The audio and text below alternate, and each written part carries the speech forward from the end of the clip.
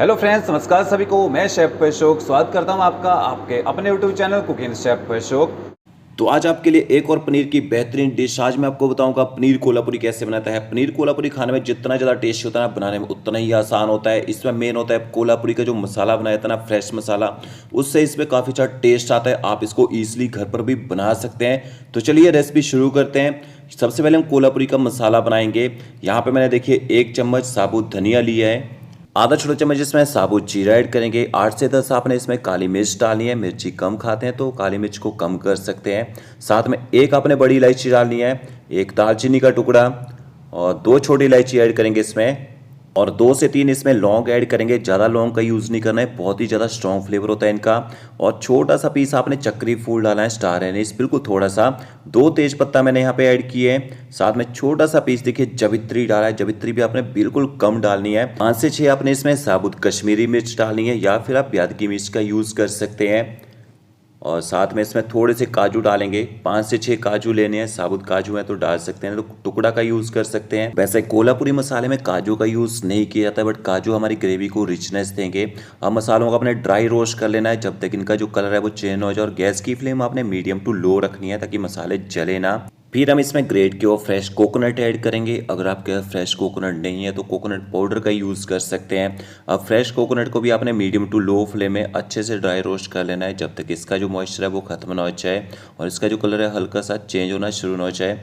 और ये देखिए, आप देख सकते हैं कलर यहाँ पे चेंज हो चुका है। इसके बाद हम इसमें खसखस ऐड करेंगे। तो 1 छोटा चम्मच मैंने इसमें खसखस ऐड किया है, और 1 छोटा चम्मच इसमें सफ़ेद तिल ऐड करेंगे। वाइट तिल का यूज़ किया है। इनको अपने लास्ट में ना हल्का सा ही ड्राई रोस्ट करना है। खसखस को लास्ट में तो डाला जाता है ताकि ये जले ना, नहीं तो एकदम से जल जाती है। तो इस तरह से कोल्हापुरी मसाला बनाया जाता है। इससे ग्रेवी में काफ़ी अच्छा टेस्ट आता है। आप इस कोल्हापुरी मसाले में चिकन बना सकते हैं, वेजिटेबल बना सकते हैं। तो देखिए मसाले को यहाँ पे मैंने अच्छे से ड्राई रोस्ट कर लिया। इसके बाद अपने मसाले को ठंडा कर लेना है। ठंडा करने के बाद आप इसको ग्राइंड कर लीजिए। ये जो मसाला है ना थोड़ा सा दरदरा रहेगा, बट हमें एकदम फाइन पेस्ट चाहिए इसका। थोड़ा सा पानी डालेंगे और एकदम फाइन पेस्ट बना लेंगे, तभी हमारी जो ग्रेवी है ना एकदम स्मूथ बनेगी। अगर आप इसको मोटा मोटा पीसेंगे ना तो हमारी जो ग्रेवी है ना दरदरी सी रह जाएगी। तो इस तरह से आपने पेस्ट बना के तैयार करना है कोल्हापुरी मसाले का। तो मसाला तो बन गया, अब जल्दी से ग्रेवी बना लेते हैं। ग्रेवी बनाने के लिए यहाँ पे मैंने बारीक कटा हुआ प्याज लिया है और थोड़े से बारीक कटे टमाटर लिए हैं। टमाटरों की क्वांटिटी प्याज से थोड़ी सी ज़्यादा लेनी है। यहाँ पे मैंने नॉन स्टिक पैन लिया है और उसमें 2 बड़े चम्मच ऑयल ऐड करेंगे। जैसे आपका ऑयल थोड़ा हीट हो जाए तो आपने इसमें आधा छोटा चम्मच साबुत जीरा डालना है। जीरे को अपने मीडियम फ्लेम में अच्छे से क्रैकल होने देना है। जैसे आपका जीरा अच्छे से क्रैकल हो जाए फिर हम इसमें बारीक कटा हुआ लहसुन डालेंगे। तो 2 छोटे चम्मच भर के मैंने बारीक कटा हुआ लहसुन डाला है। लहसुन से खाने में काफ़ी अच्छा टेस्ट और फ्लेवर आता है। तो लहसुन को आप थोड़ा सा पका लीजिए, मीडियम टू हाई फ्लेम रखिए यहाँ पे मैंने। तो देखिए लहसुन को थोड़ा सा ही पकाया। इसके बाद हम इसमें बारीक कटा हुआ प्याज भी ऐड कर देंगे। तो लहसुन को मैंने यहाँ पे ज़्यादा गोल्डन ब्राउन तो नहीं किया, क्योंकि जब तक प्याज पकेगा तब तक लहसुन जो है वो जलना शुरू हो जाता है। अब आपने गैस की फ्लेम हाई करनी है और हाई फ्लेम में प्याज को आपने अच्छे से पका लेना है जब तक प्याज का जो कलर है लाइट गोल्डन ब्राउन होना शुरू ना हो जाए। और जैसे प्याज का कलर थोड़ा चेंज हो जाए तो आपने गैस की फ्लेम मीडियम रखनी है। और इसके बाद आपने इसमें अदरक लहसुन का पेस्ट ऐड करना है 1 छोटा चम्मच, और मीडियम फ्लेम में आपने अदरक लहसुन के पेस्ट को प्याज के साथ अच्छे से पका लेना है। गैस की फ्लेम मीडियम तो रखनी है। अगर आप तेज गैस की फ्लेम रखेंगे तो आपका जो प्याज है एकदम से जल जाएगा और पेस्ट जो है आपका वो अच्छे से पकेगा नहीं। यहाँ पे देखिए पेस्ट भी पक चुका है और प्याज में अच्छा कलर आ चुका है। 1 छोटा चम्मच इसमें कश्मीरी मिर्च पाउडर ऐड करेंगे और 1/4 टीस्पून आपने इसमें हल्दी पाउडर ऐड करना है। और गैस की फ्लेम आपने एकदम लो कर देनी है और हल्दी पाउडर और कश्मीरी मिर्च पाउडर को प्याज के साथ अच्छे से मिक्स कर लेना है। कि देखिए सिर्फ मिक्स ही करना है, ज़्यादा पकाना नहीं है, नहीं तो जल जाते हैं। इसके बाद हम इसमें टमाटर ऐड कर देंगे। टमाटरों की क्वांटिटी आपने प्याज से थोड़ी सी ज़्यादा रखनी है। अगर 2 प्याज का यूज़ करेंगे तो 3 आपने इसमें टमाटर डालने हैं। और जब टमाटर डालें साथ में नमक डाल देना है। ये तो आपको पता ही होगा कि नमक डालने से टमाटर जो है वो जल्दी गल जाते हैं। अच्छे से टमाटरों को प्याज के साथ मिक्स कर लेते हैं।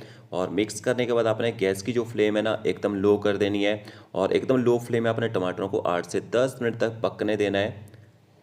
तो ये देखिए कि यहाँ पे 10 मिनट तक मैंने टमाटरों को एकदम लो फ्लेम में पकाया और टमाटर जो है पूरी तरह से गल चुके हैं। तो हमने जो टमाटरों को यहाँ पे अच्छे से गलाना भी है और अच्छे से पकाना भी है। जितना अच्छे से आप टमाटर को पकाएंगे उतना ही टमाटरों में खट्टा टेस्ट जो है वो कम होता चला जाता है। तो इसके बाद हम इसमें कोल्हापुरी मसाला ऐड कर देंगे। जो कोल्हापुरी मसाला हमने पीस के रखा था, और मिक्सी के जार में थोड़ा सा मसाला चिपको रहा है, आपने थोड़ा सा पानी डालना है और उसको भी डाल देना है। पेस्ट नहीं करना है बिल्कुल नहीं। और इसके बाद आपने गैस की फ्लेम हाई करनी है और हाई फ्लेम में आपने कोल्हापुरी मसाले को तड़के के साथ अच्छे से मिक्स कर लेना है। जब तक प्रॉपर बॉयल नहीं आता तब तक आप इसमें पलटा चलाते रहिए। तो ये देखिए आप देख सकते हैं मसाला जो यहाँ पे पकना शुरू हो चुका है। तो मसाले को भी आपने अच्छे से पकाना है जब तक मसाला अच्छी तरह ऑयल ना छोड़ दे। तो अच्छे से मिक्स करने के बाद आपने इसको ऊपर से कवर कर देना है और ऊपर से कवर करके 3 से 4 मिनट तक लो फ्लेम में इसको भी पकने देना है। अब पता कैसे चलेगा कि मसाला अच्छे से पक चुका है? मसाला पकने के बाद ऑयल छोड़ देता है और थोड़ा सा दानेदार होना शुरू हो जाता है। तो इस तरह से अगर आप मसाला प्रॉपर तरीके से पकाएंगे ना, आपका कोल्हापुरी पनीर बहुत ही ज़्यादा टेस्टी बनेगा। मसाला अच्छे से पक जाए तो इसके बाद आप इसमें पानी ऐड कर सकते हैं। अगर आप राइस के साथ खा रहे हैं पानी की क्वांटिटी थोड़ी सी ज़्यादा डाल सकते हैं। रोटी नान के साथ खा रहे हैं तो पानी आपने थोड़ा ही डालना है। थिक ग्रेवी बनानी है अगर रोटी के साथ खा रहे हैं। और पानी डालने के बाद एक बार अच्छे से मिक्स कर लेते हैं। तो ग्रेवी ऑलरेडी पकी है। अब इसके बाद आपने इसको पकाना नहीं है। इसके बाद आप इसमें डायरेक्ट पनीर डाल सकते हैं। तो यहाँ पे मैं फ्रेश पनीर को डायरेक्ट ऐसे ही डाल रहा हूँ। आप चाहें तो पनीर को फ्राई करके भी डाल सकते हैं। साथ में थोड़ा सा हरा धनिया डालेंगे बारीक कटा हुआ। और अगर आप इसमें कसूरी मेथी डालना चाहें तो डाल सकते हैं। कोई भी गर्म मसाला पाउडर का यूज़ नहीं करना है, क्योंकि जो हमने कोल्हापुरी मसाला बनाया था उसमें काफ़ी सारे मसालों का यूज़ किया था बनाने के लिए। एक बार पनीर को अच्छे से ग्रेवी के साथ मिक्स कर लेते हैं और लास्ट में आपने इसमें क्रीम ऐड करनी है। तो यहाँ पे मैंने छोटा चम्मच लिया है, 3 से 4 छोटे चम्मच इसमें क्रीम ऐड कर देंगे। और अगर आपके पास क्रीम नहीं है तो आपने क्या करना है, दूध की मलाई लेनी है, उसको अच्छे से फेंट के ग्रेवी के अंदर डाल देना है। सेम क्रीम वाला ही टेस्ट आएगा। देखिए क्रीम डालने के बाद ग्रेवी को अच्छे से एक बार गर्म कर लेते हैं और ज़्यादा पकाना नहीं है। इसके बाद आप गैस की फ्लेम बंद कर दीजिए और इसको गर्मा गर्म रोटी नान के साथ सर्व कर दीजिए। वीडियो अच्छा लगा होगा तो लाइक शेयर कमेंट जरूर करें।